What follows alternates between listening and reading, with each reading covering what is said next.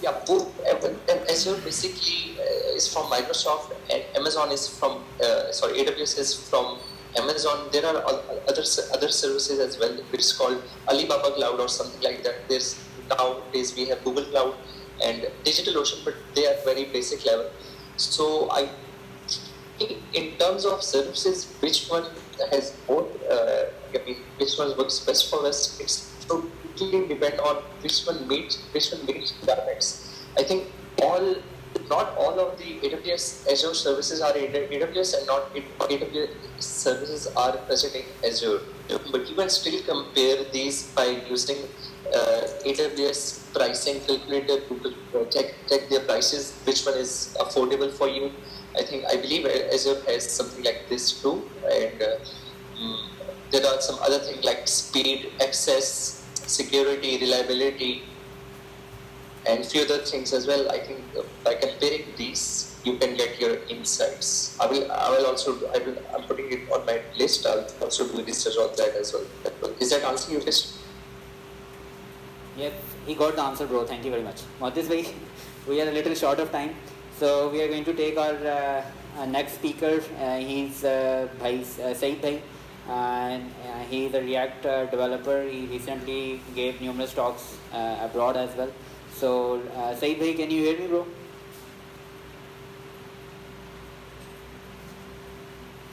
Hello, Saeed Bhai, can you hear me? So, if Saeed Bhai is not here, okay, great. Okay, fine. Okay, it is fine. So next, instead of Saeed, we have Akash. Akash is our brother in Ramadan Makers. He wanted to talk to our audience in the morning. He told me that he will be showing us a demo. So Akash bhai, can you share your screen, brother? Yes, Kasim bhai. So I'm just sharing my screen right now. So hello everyone. Hope I am visible and my screen is visible right now. So guys, I have been learning Dino right now since it reached 1.0. So I will be giving a quick intro on Dino land. So how many of you guys are JavaScript developers here? If you could put it in the chat.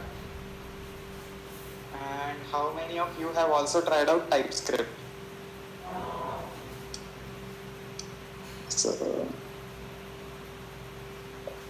Okay, so if you guys have used TypeScript and JavaScript together, you know that getting started with both and using both in the same repository is a bit difficult in Node.js at least.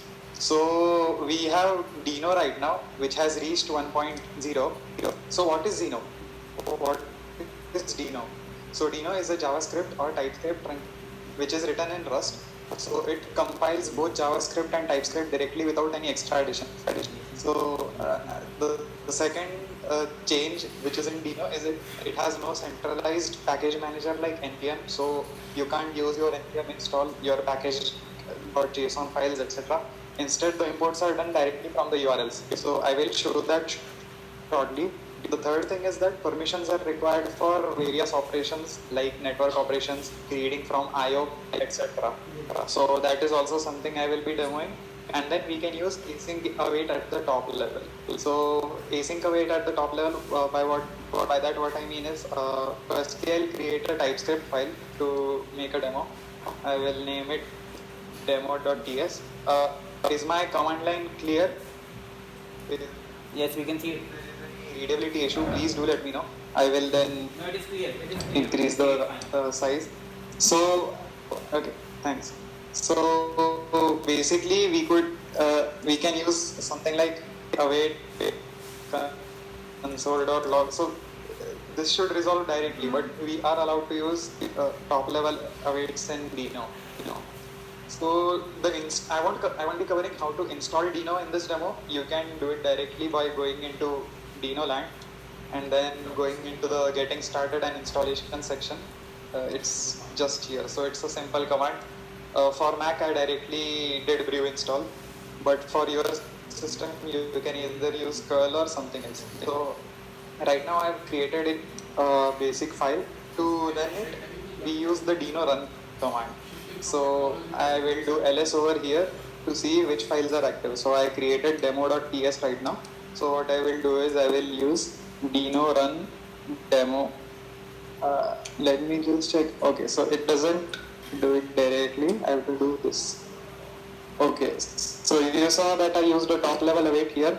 Node.js would have thrown an error over here, but Dino compiles it directly. So today in this demo, what I'm going to be building is a URL shortener. So basically, I have created a JSON file over here which contains the shortened URLs on the key side, and on the value side, it will contain what the destination of that shortened URL is and what the expiry of that URL is. So I won't go through expiry for this demo because it will make it longer, but I will at least cover the part where we, after passing in some shortened URL, we are redirected to the actual URL here. So firstly, what we need right now is something like Express, which is in Node.js. So for Dino, so I'll firstly show what the package manager or third-party modules repository looks like for Dino. So basically, we have Dino-land X. So when you go to dino.land/x, you will get the list of all the repositories that are available for Dino. So for now, we will be using Oak, which is a middleware HTTP server library for Node.js, which is kind of like Express for Node. So right now, I will just be picking up their example library. I don't need all this. The basic one is somewhere here.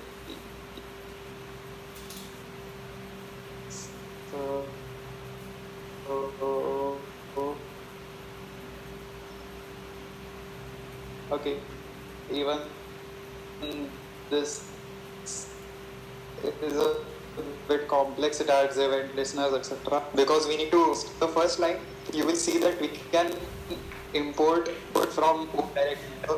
This is a specialty of Dino. It allows URL imports to us. So we can directly import from the URL. We can actually go here and see that file. We open a new tab. Then we will see the original TypeScript file over here. So this file is what we are importing it into our library. So I will just copy this code from here. We can directly copy paste it. And so again, you see there is a top level await here, which listens on port 8000. Just before this await, I'll write a console log saying that listening on port 8000, so we know it's doing that. Listening.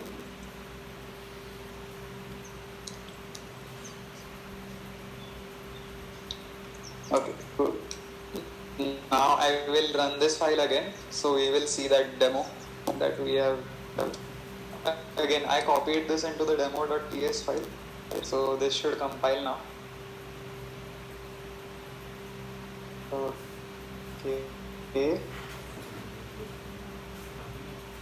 Okay, cool.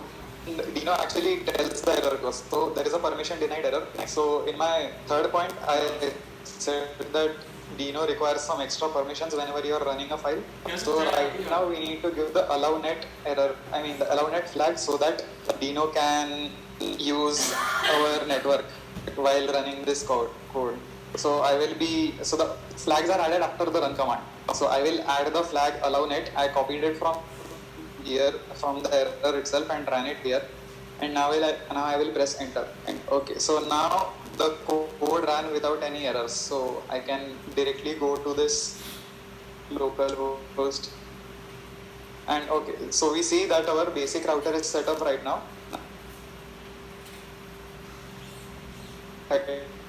Hitting this toolbar, 1 second. Yes. So they have written the router code here.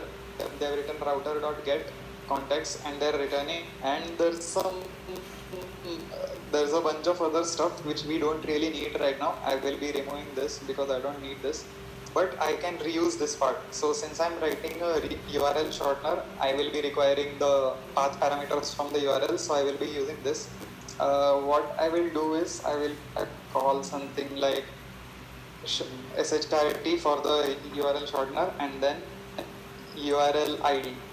which will have the actual ID for the URL. Then I will use the code like this. I will define a context variable. Then if you check this if statement, it firstly checks whether the URL exists in the context. So whether whether path parameters have been passed, then it checks whether ID is in the path parameters. Then it checks whether in the books variable that they have defined here, whether this ID that they have given is existing in that. So we don't really need all of this, but I will still copy this if statement because we also need to check for URL ID. So I will just use URL ID here, and instead of checking whether the URL exists in my books variable, I need to check whether it exists in my JSON. So another quirk about Dino is that we can't import JSON files directly in here. We have to use the inbuilt Dino read file module. So it's kind of like the FS module in Node.js. So using that, we can get the URLs list from the JSON file. So there is a piece of code which I found on the official Dino website for reading JSON files specifically. So I will just copy that in directly. So here I am getting the URLs list from the urls.json file. If you read this, firstly this code is executed, dino.read text file sync urls.json. It is reading the JSON file, and then it is parsing it using json.parse and then storing it in URLs. So I hope this part was clear, that whatever JSON file that we have defined over here, we are storing that in the URLs variable.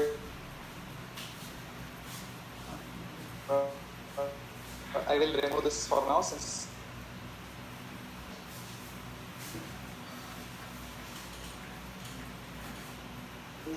okay, so the if statement is incomplete, I'll do that like this. So if context.params, if we have the path parameters passed, if URL ID is in the path params, and if URLs has the path params. So instead of this, I will write URLs if URLs has the URL ID which is being passed. Then what we will be doing is we will be doing a redirect. So I will be going back to the documentation. I will search for redirect. So I had directly typed redirect before, so I will just show you. So since we have a redirect method directly available through Oak, it is called on the context.response object, which is being used here. So they are passing the body directly. However, we will be passing a redirect function there. So I will use context.response.redirect, and I will redirect to the variable. So this is the URL ID part, and this is the destination part from that object. So I will be copying this from here. I can use this directly, and then simply .dest. Okay, so there still seems to be an error. Yeah, I have removed this closing. I have missed this closing brace. That's why it's showing an error. I will format this code quickly, making it full screen for a better view. So if we are getting the URL ID from the path parameter, then we shall redirect, and in an else statement I will use the context.response.body, and I will simply send 404, which means that URL not found. So now I don't really need this /book/id. I will remove this from here, and now we can test whether it exists. So hopefully this doesn't throw an error right now. So I will rerun this code again, and okay, so 2 errors. So the first one is that it can't find the name URL ID. Okay, so it should have directly used URL ID. However, okay, so I think I have to do this.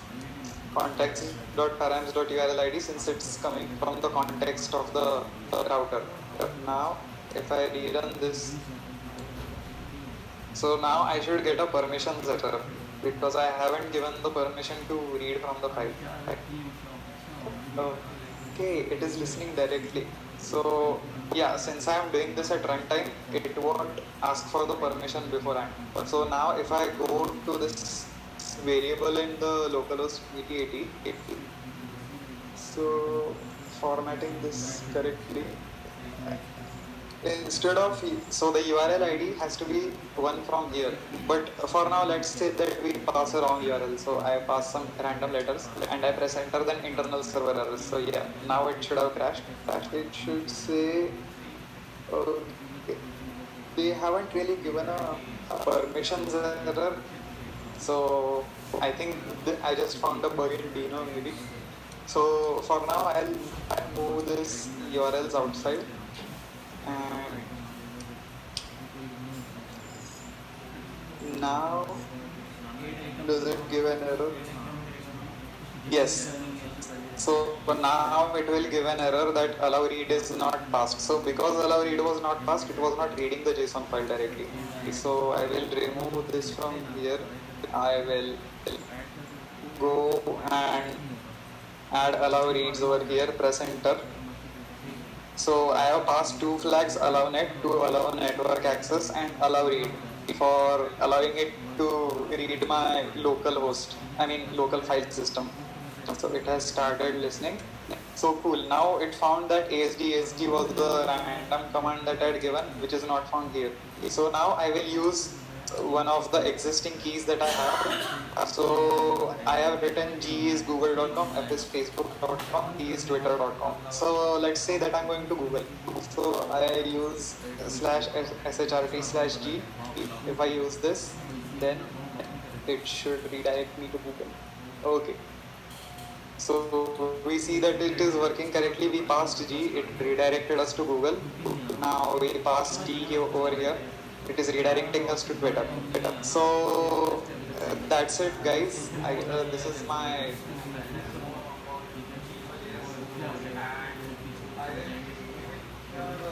bigger demo, a larger demo today, where I will also cover the URL expiry part. That will be on my YouTube channel. You can check out the links to all of my work at akashday.com. I have given my GitHub links there too, so you can check the demo out there. Okay, thank you.